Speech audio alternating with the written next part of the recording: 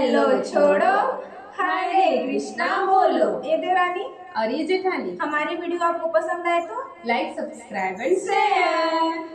तो देखिए, अगर आपका बच्चा रोटी सब्जी ले जाने से स्कूल में टिफ़िन में मना करता है, बोलता है डेली वही बोरिंग हमको मत दीजिए, तो आप ये वाली रेसिपी बना सकते हैं। आप यकीन नहीं कर पाएंगे कि पोहा से इतना टेस्टी रेसिपी बन सकता है। तो चलिए इसके लिए हम देख लेते हैं क्या चाहिए हमें।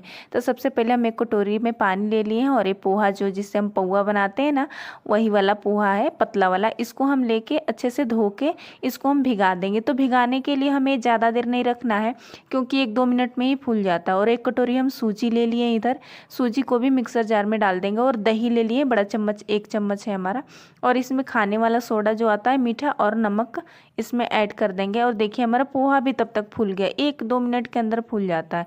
अब इसको भी इसमें डाल देंगे हम जार में। इसको डाल के अच्छे से हमें इसको पीसना है, एकदम फाइन सा हमें इसका पेस्ट बना लेना है। तो देखिए कितना अच्छा सा पिस गया है।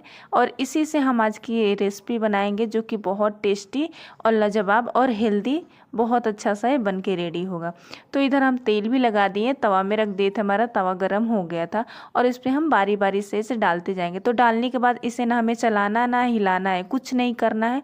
इस पे तवे पर डालते टाइम हमारा गैस का फ्लेम हाई होगा, और फिर डालने के बाद से कम कर देंगे। तो देखिए इसमें कितना अच्छा सा जाली पड़ता है, इससे बहुत खूबसूरत देखने में लगता है। और टेस्ट तो इतना अच्छा आता है कि आपका बच्चा एक बार खाएगा तो बोलेगा मम्मा बार बार हमें टिफ़िन में यही बना के दीजिए।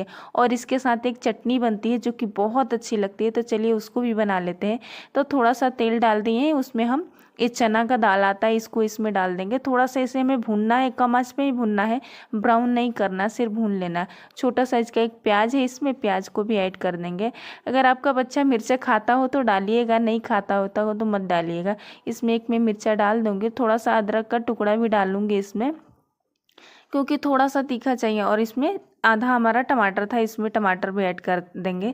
आप चाहे तो यहाँ पर मूंगफली का दाना भी ऐड कर दीजिएगा, पर हम नहीं ऐड किए हैं। और इसे हमें अच्छे से भून लेना है। नमक डाल देंगे। अब थोड़ा सा हमें जलाना वलाना कुछ नहीं, सिर्फ सॉफ्ट कर लेना है, ताकि इससे हमारा चटनी बहुत अच्छा बन के रेडी हो। तब तक भुना रहा हमारा इधर ये टमाटर प्याज। तो आप सभी को हमारा देवरानी जेठानी किचन ब्लॉग अच्छा लगता है तो लाइक से सब्सक्राइब करिएगा। और ये आज का आपको इंस्टेंट डोसे की रेसिपी कैसी लगी ज़रूर बताइएगा। तो देखिए इधर हम एक रख दिए हैं तड़का पैन, इसमें थोड़ा सा तेल डालेंगे। और जो हम अपना चना दाल वाला और टमाटर प्याज वाला तैयार किए थे मिक्सर को, उसको पीस लिए हैं। और इसमें हम राई का तड़का लगा देंगे। तो देखिए कितना अच्छा सा पीस के तैयार हो गया। और इसमें तेल गरम करके उसमें राई का तड़का लगा के इसमें डाल के ढक देंगे। और देखिए हमारा इतना सुंदर सा जालीदार ये बन के रेडी हुआ था ना, इतना फ्लॉपी सॉफ्ट था कि आप यकीन नहीं कर पाएंगे कि सूजी और पोहा से इतना टेस्टी भी नाश्ता बन सकता है। तो देखिए कोई भी खा सकता है, बड़े बच्चे कोई भी, स्पेशली बच्चों के लिए अच्छा है टिफ़िन में ले जाने के लिए। और इतना सॉफ्ट था कि टूट भी नहीं रहा था, पर सॉफ्ट बहुत था। देखिए कितना अच्छा।